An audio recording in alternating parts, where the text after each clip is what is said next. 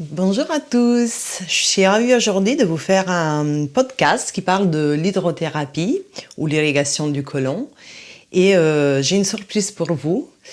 Pourquoi je vous parle de ça? Déjà parce que ça fait un petit moment que je fais ce soin-là et je trouve que c'est vraiment un soin magique.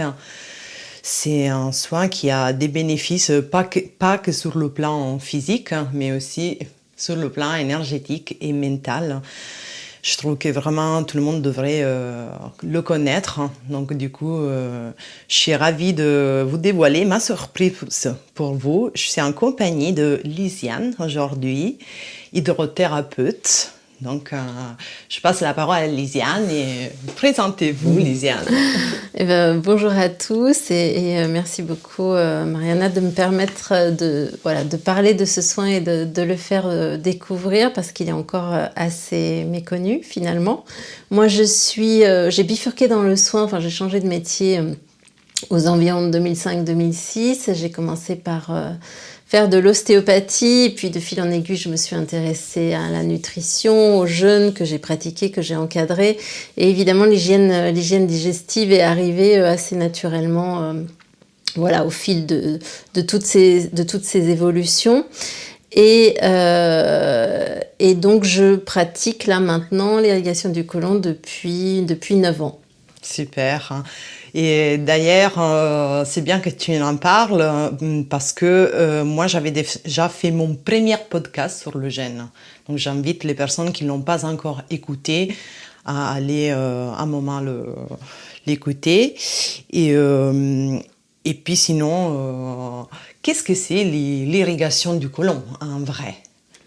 L'irrigation du côlon, c'est vraiment un nettoyage interne, un bain de l'intestin.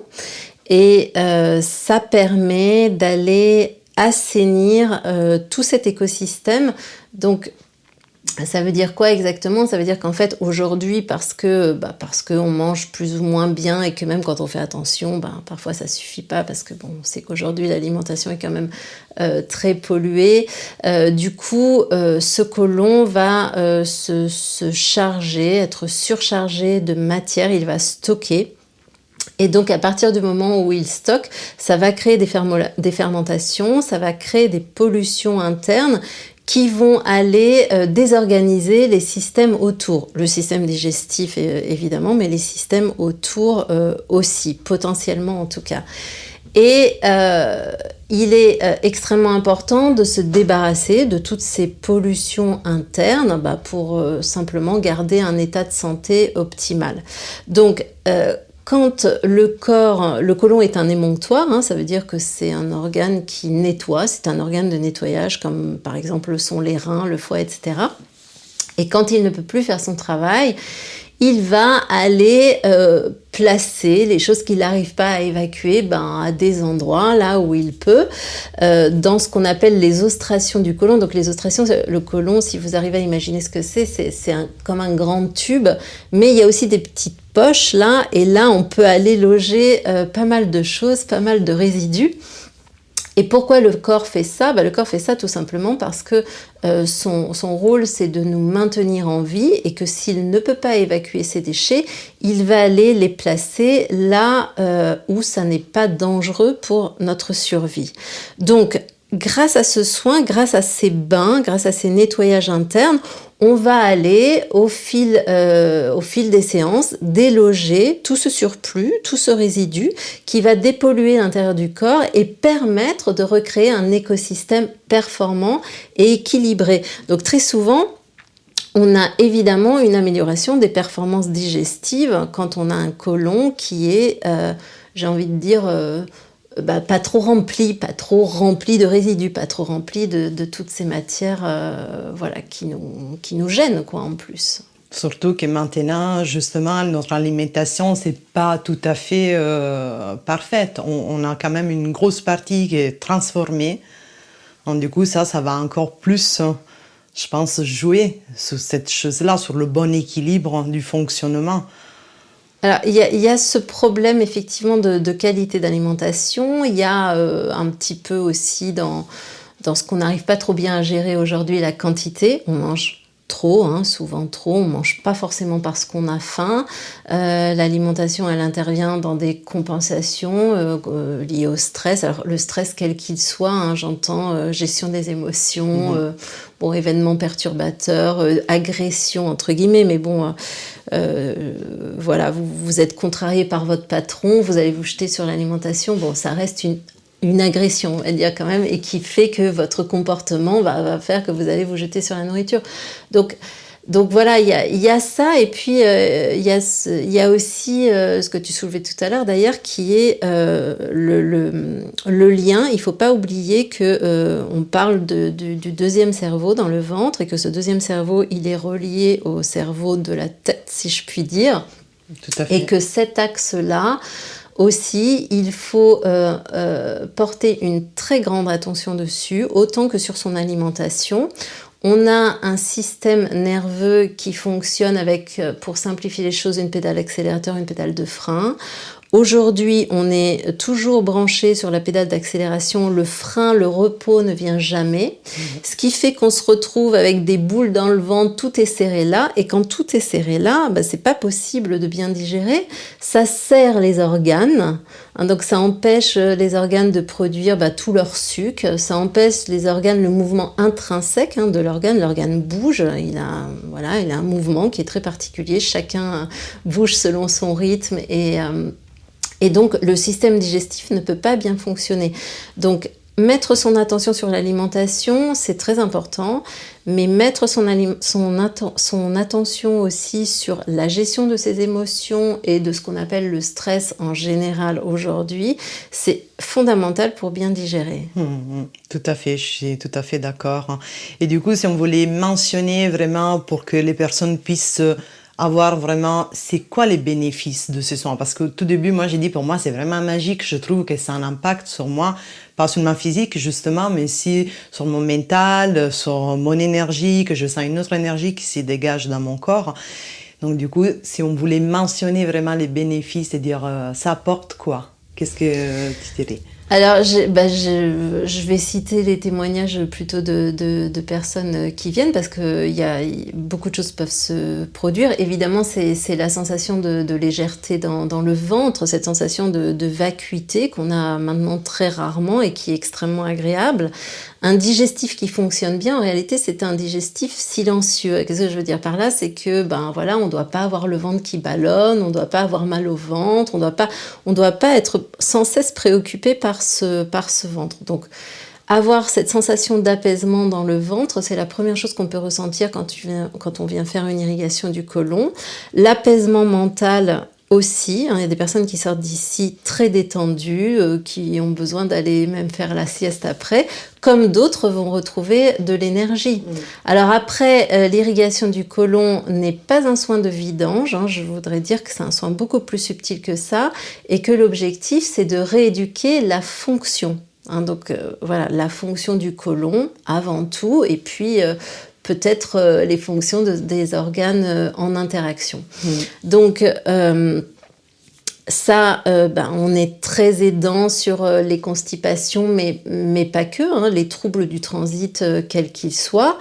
On travaille, même si c'est évidemment l'eau ne va que dans le côlon, ça ne veut pas dire, comme je l'ai déjà un petit peu dit, je crois que le reste du système digestif ne sera pas concerné, ne va pas tirer bénéfice du soin.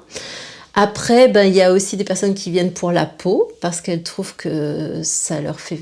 Voilà, ça leur éclaircit le teint. Je pense que c'est connecté puisqu'on vide des toxines qu'on a fait. accumulées depuis des années peut-être. Exactement. C'est sûr que justement, comme tu disais déjà, vu que le corps il a tendance à en mettre ces toxines, qu'elle est en surcharge quelque part, que la peau forcément... elle va se renouveler, elle va être vidée de ces toxines, donc c'est sûr que ça a un impact aussi visuel. Et puis pour moi, c'est vraiment retrouver cette énergie vitale qu'on a perdue, quoi. Oui, tout à fait. En revanche, j'aimerais aussi qu'on puisse parler s'il y a des contre-indications ou des choses qui peut-être je sais pas, sont pas forcément bénéfiques. Est-ce que c'est un soin que tout le monde peut faire ou il y a justement des choses à ne pas... Alors, l'irrigation du côlon, c'est un soin de bien-être. D'accord. Donc, ça veut dire qu'effectivement, il y a des précautions à prendre, comme dans tout soin d'ailleurs.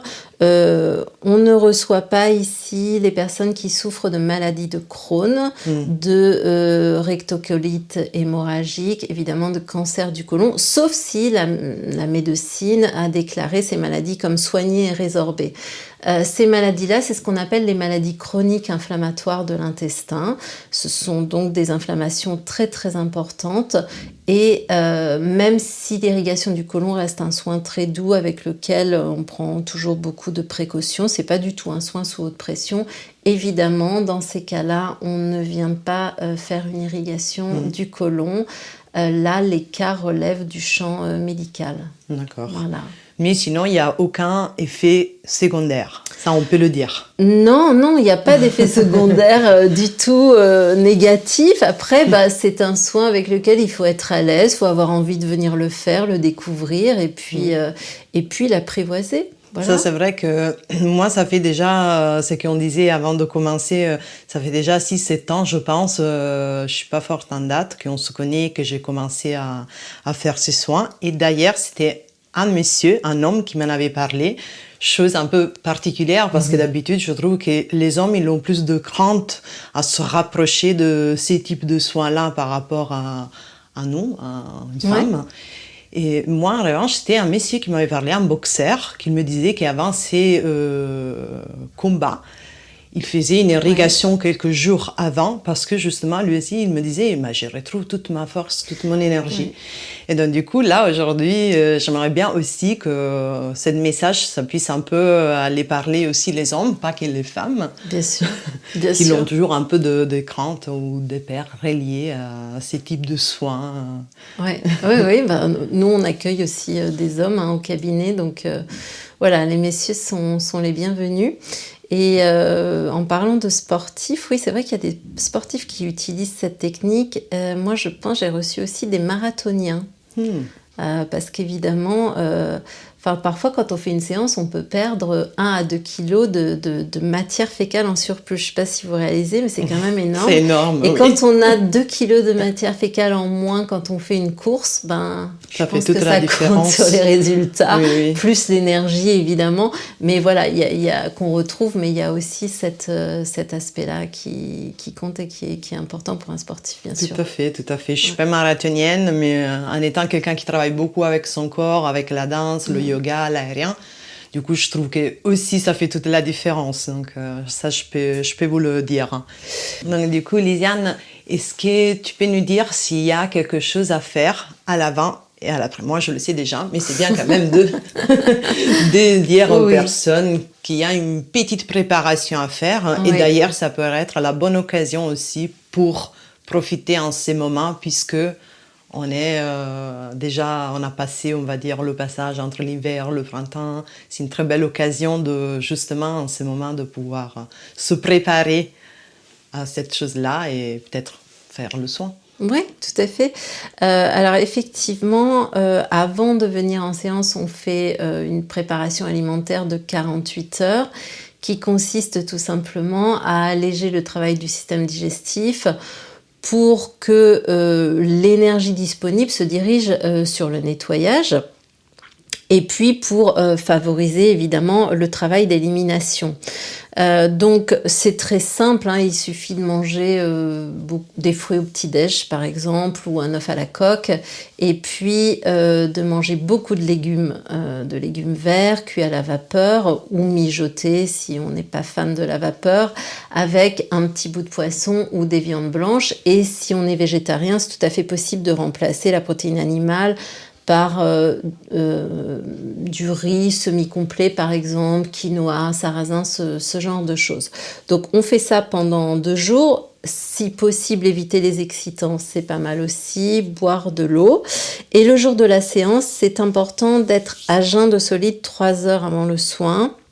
Pour éviter les inconforts. Voilà, digestif, puisqu'il y a quand même tout un travail, toute une technique de toucher en fait sur le ventre. Il y a un soin vraiment à ce niveau-là. Donc c'est vrai que même si le toucher est doux, on appuie quand même sur certaines régions. Et si vous avez beaucoup mangé, c'est très désagréable. Donc il faut être à jeun de solide 3 heures avant le soin. Ne pas trop boire, parce que si on a aussi envie de faire pipi pendant la séance d'irrigation du côlon, c'est qui m'arrive souvent. Voilà, c'est pas très confortable. C'est 45 minutes de soin à peu près. Donc voilà, c'est bien de faire tout ça. Et après, eh bien, on fait exactement la même chose au niveau alimentaire pendant les 48 heures qui suivent, de manière à relancer très très tranquillement le digestif. Donc c'est vrai que je dis souvent, mais c'est important de l'appliquer. C'est pas la peine de prévoir une sortie le soir du soin, un dîner, un resto, une fête d'anniversaire, une soirée en boîte, enfin que sais-je, parce que tous les soins de nettoyage prennent de l'énergie aussi quand même, c'est normal. Et pour que vous en profitiez tout simplement plus, eh bien, c'est bien d'aller à la maison avec une infusion, une bouillotte. Voilà, c'est plutôt soirée type grand-mère que surprise party. Super, voilà. Merci beaucoup Lisiane. Et du coup, on va bientôt saluer. Juste, on va vous dire où vous pouvez trouver Lisiane. Déjà, vous pouvez aller sur YouTube.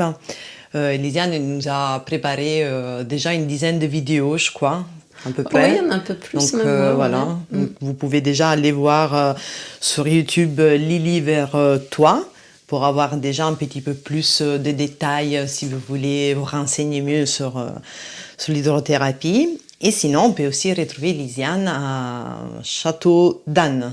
Rue de Châteaudun. Rue de Châteaudun. Rue de Châteaudun, voilà. Exactement. Et Ara Center. Oui, chez Ara Center. Ara Center. Donc du coup, vous avez aussi le site internet. C'est comment le site internet? C'est www.lilyvertoi.com. Il y a toutes les infos effectivement aussi sur le site. Voilà, et on peut prendre directement rendez-vous déjà sur le site. Tout à fait. Très simple, sauf si c'est peut-être la première fois. Oui, bien sûr. Ont besoin de renseignements, ils peuvent appeler. Oui. Mais sinon, vous avez toutes les informations, tout ce qu'on vous dit. Lisiane a fait déjà des vidéos, encore une fois, sur YouTube. Donc, n'hésitez pas à les regarder. Elle vous donne déjà les infos pour vous préparer à la séance. Merci beaucoup Lisiane, Merci, je suis vraiment Mariana. ravie et je suis reconnaissante que tu m'as dédié ce temps pour faire ce podcast. Merci infiniment à toi et puis à bientôt pour une séance peut-être. Oui, à bientôt. Merci. Au revoir.